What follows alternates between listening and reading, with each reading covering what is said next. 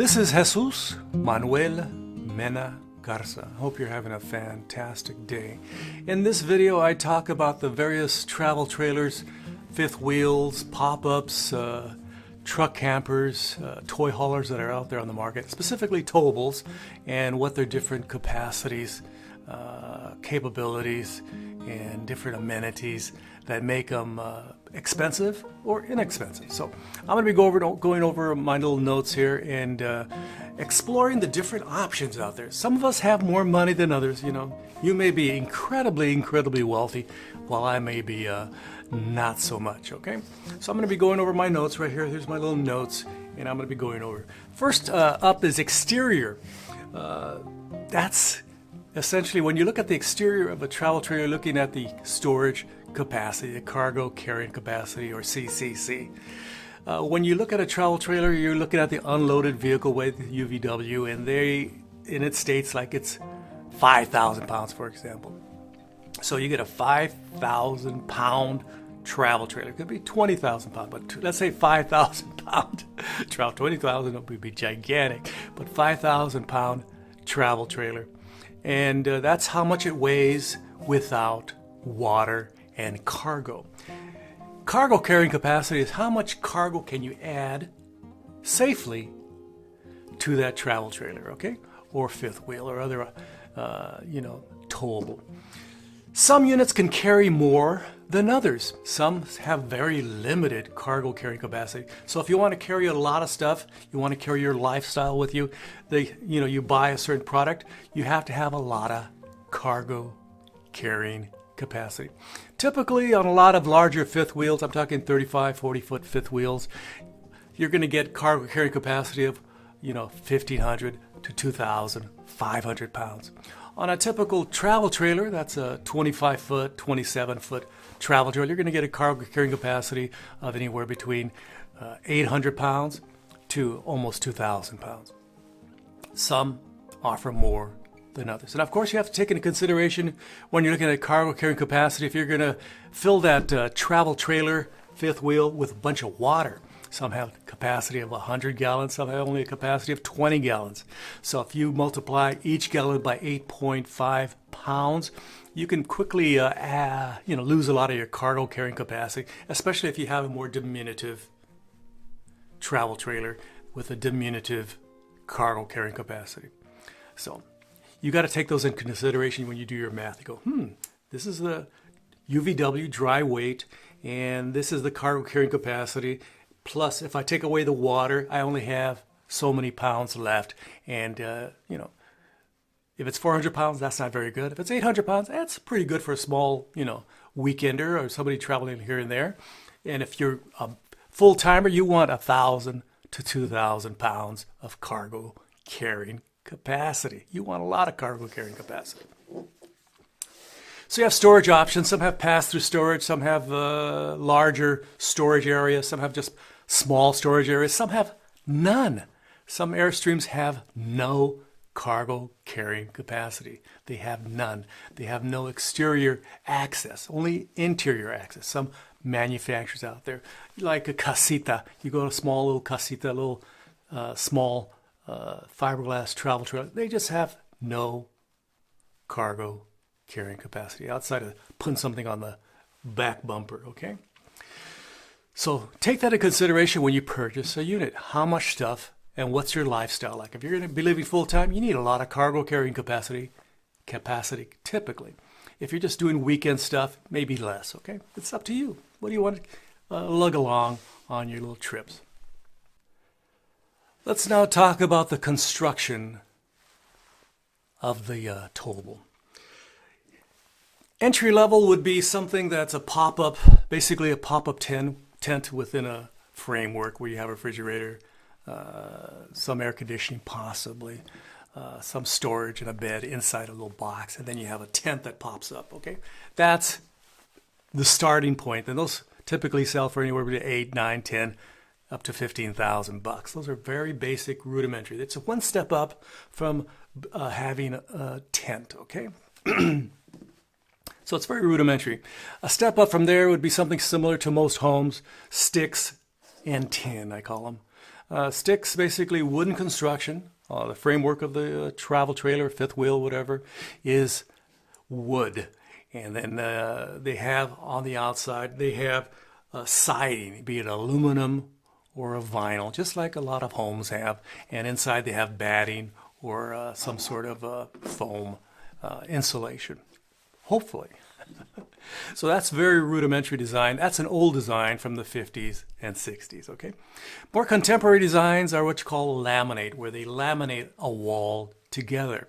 They have fiberglass and either Luan or Asdel, and they have the frame, and they fill in the gaps with typically either batting, but typically more often is foam blocks, okay? And that's the insulation. Some are 2-inch, some are 1.5 inch, some are even larger, 3-inch insulation. Of course, the larger the walls, the thicker the walls, the more insulation, just like your home, okay? The top of the line, in my opinion, okay, this is my opinion, the top of the line is only available in smaller units. If you want a larger unit, you're going to have to get fiberglass laminate. But if the top of the line units for the smaller travel trailer, something 25 foot and under, is typically a fiberglass hull, okay? Just think of a boat. You got a boat that's fiberglass, practically impermeable. It's designed to go on water. And just imagine the weather, the rain, the sleet, the snow is not going to penetrate that as compared to the other products on the market. So those are very high quality. If you want to live in very rainy conditions, you probably want something like a fiberglass molded shell. And those manufacturers make everything from, $8,000 units, very tiny units, but typically they sell for like 16, 17, up to $80,000. There's a whole range. Manufacturers like Airstream makes the Nest.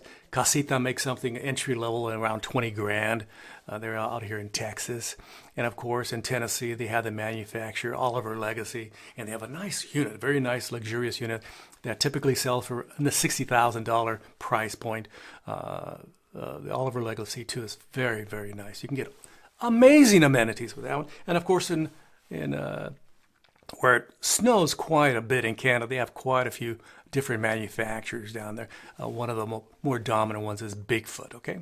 They even make a fifth wheel out there in Canada for their domestic consumption. There's a few that trickle down here to the United States. So why do I think fiberglass molded egg, as they sometimes are called, travel trailers and some small fifth wheels are the top of the line? When you buy a travel trailer that's a laminate construction, fiberglass outside, and then the metal frame, and you're about 90% of the market. When they put on the front cap, it's going to be essentially a fiberglass cast molding. That's what upgrades that travel trailer or fifth wheel from being more pedestrian, more basic, to more upscale and of a higher quality. Because that cap in the front, like the fiberglass shell of a travel trailer or a boat, increases the resistance to water penetration. When you go driving on the road, just hits that fiberglass and goes away, okay? It's compared to laminate, there might be some water intrusion and then eventually some damage, okay? So just look at the front cap and say, is that worth it? Yes, it is, just like a fiberglass travel trailer, okay? Let's talk about cabinets. There's different qualities of cabinets.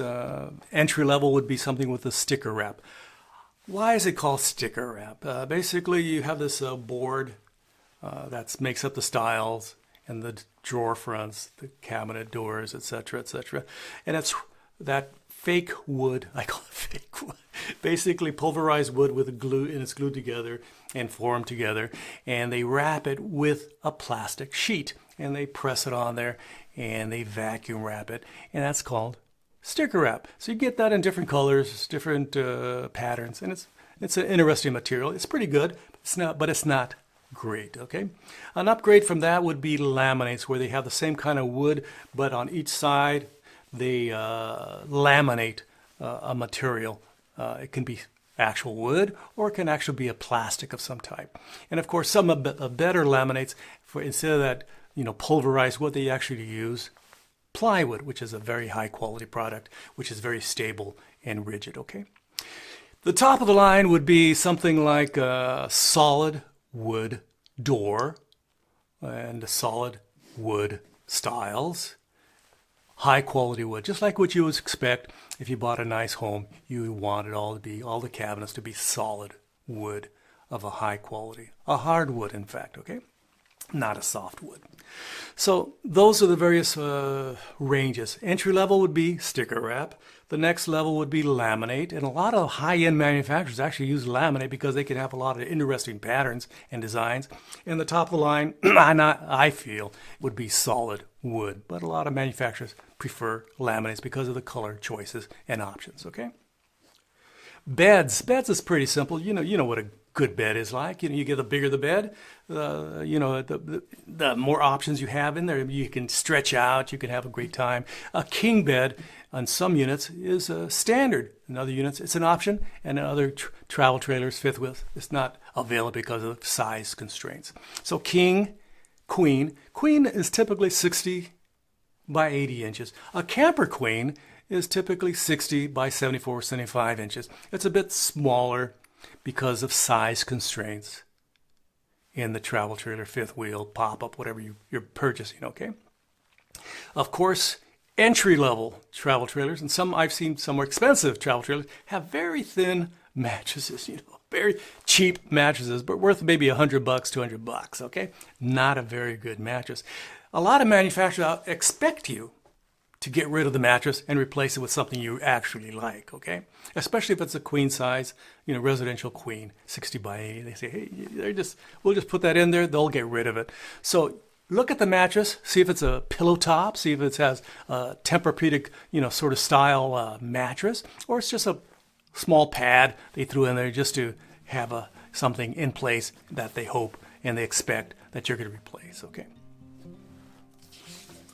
Checking my notes.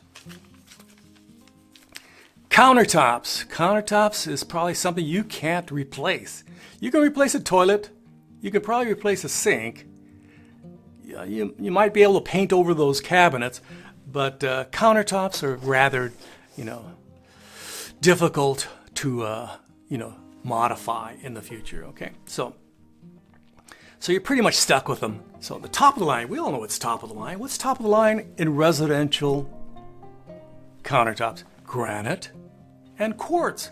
Granite and quartz countertops and fifth wheel, some super high-end fifth wheels, and is very nice. I really love them. A lot of motorhomes have them also. Absolutely. It's a very high-end feature. Everybody knows that granite and quartz are high-end countertops. Very nice. Very high quality. Also very heavy, okay? The next step down would be a solid surface, a Corian or Corian type of solid surfaces. Those come in very nice different colors, and the decorators at these RV dealerships and manufacturers can come up with some fabulous designs. They can pick the Corian they like that matches the interiors, and it's absolutely fabulous. Then there's thermofoil pressed membrane. That's a lot of manufacturers that are going that way because it's affordable and it's good quality. It works, okay? It just plain works. Basically, you got a piece of wood.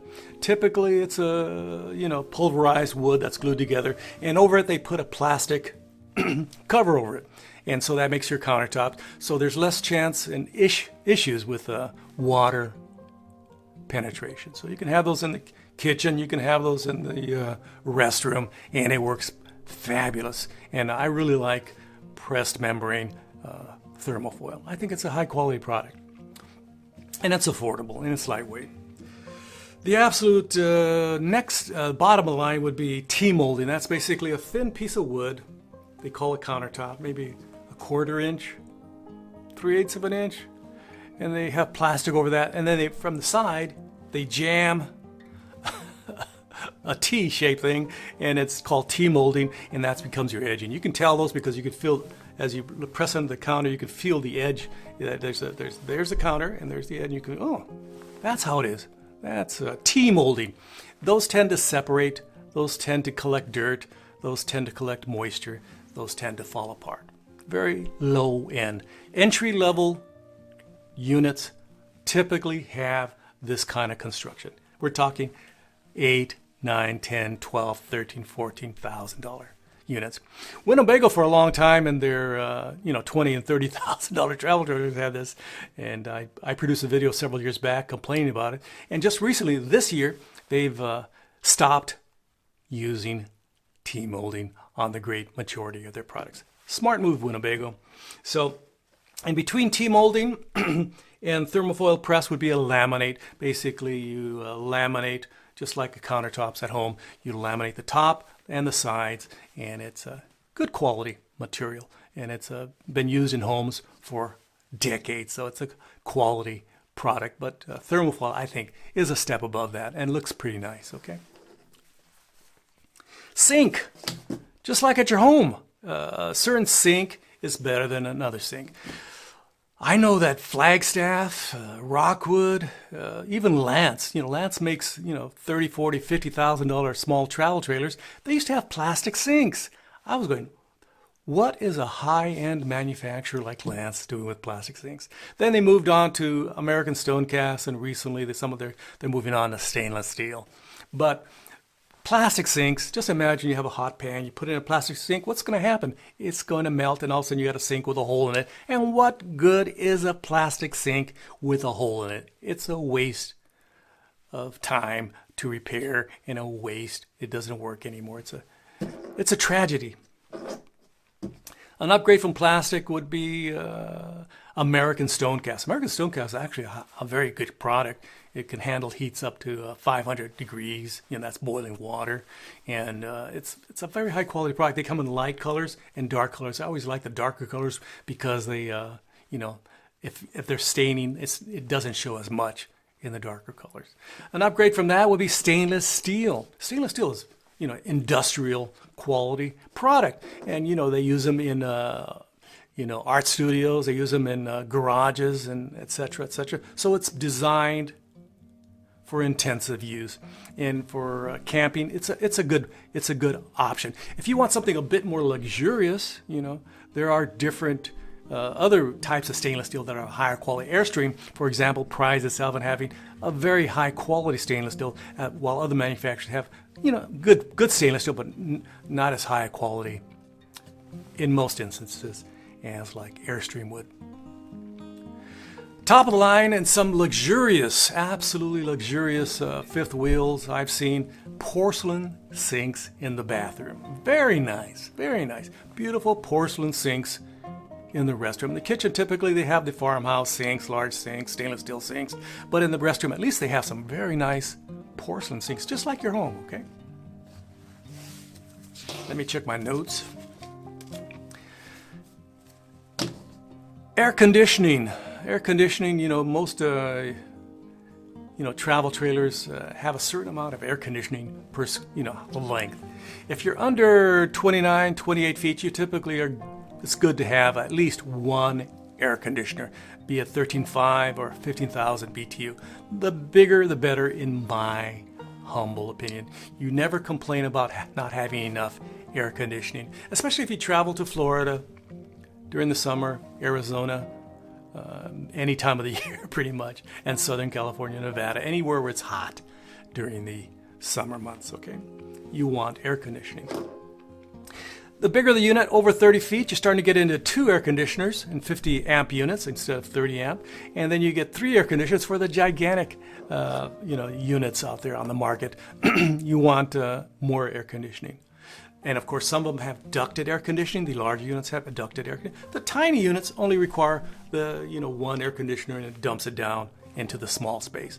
And some of the medium-sized units, like 24, 25, 26, 27, they actually have it ducted.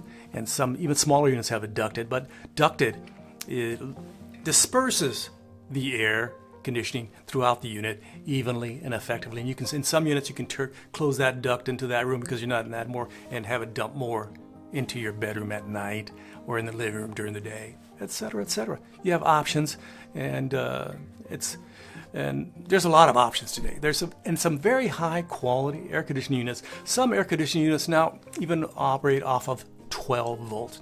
They don't require, 110, 120, power. They can operate off 12 volt. They're very, very efficient. And if you have a lot of solar on the roof, you have a small generator, you can power those 12 volt, air conditioning units. That's the wave of the future, by the way.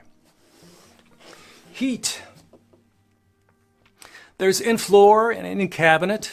Some heaters, have these ducts on the floor, and of course, it's not very pet friendly. It's not very pet friendly. And of course, a lot of junk that you bring from the outside world when you're camping, going places, walking around, and it gets inside those ducts and gets caught in there. And when you turn it on, the heater, late at night, you can smell whatever you dumped in there. It's not a good idea to get those little toasty bits into the air, and you can smell them. It doesn't smell right, okay?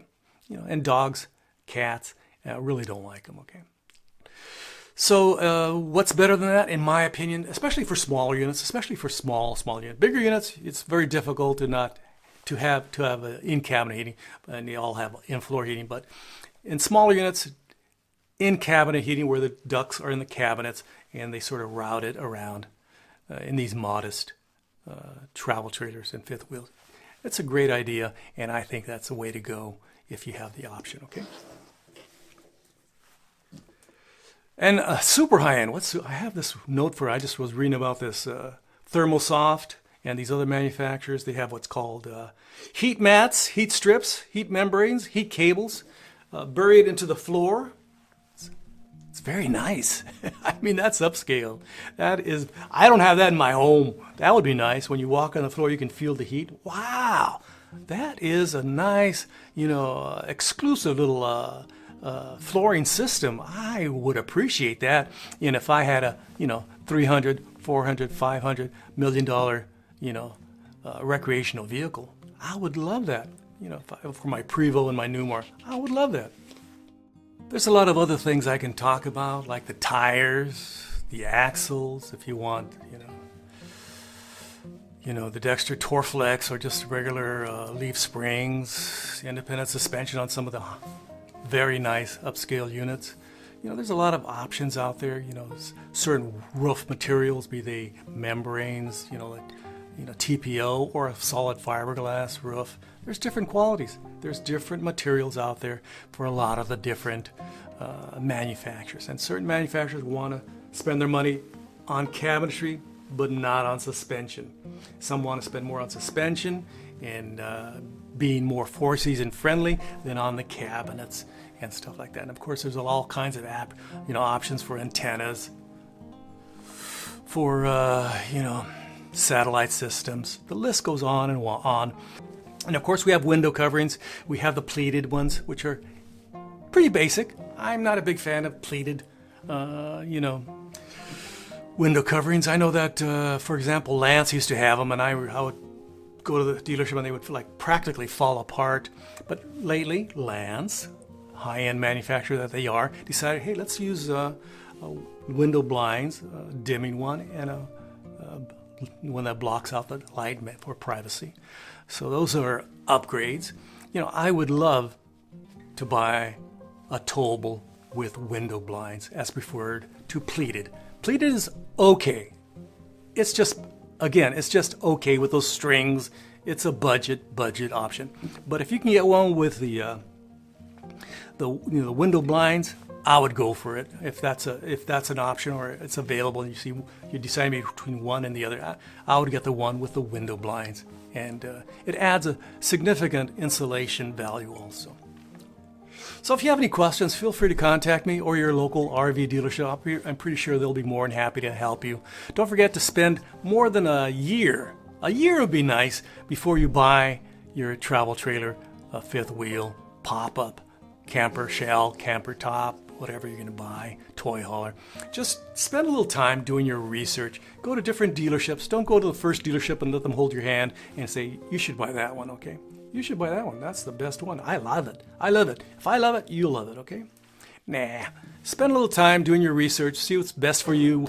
Sleep in the bed. Try that, lay in the bed. Sit in the chairs. sit in that dinette, see if you both fit. Check out all the cabinets, see the hinges, see the wood, check in the back, see if the stiles are decent quality.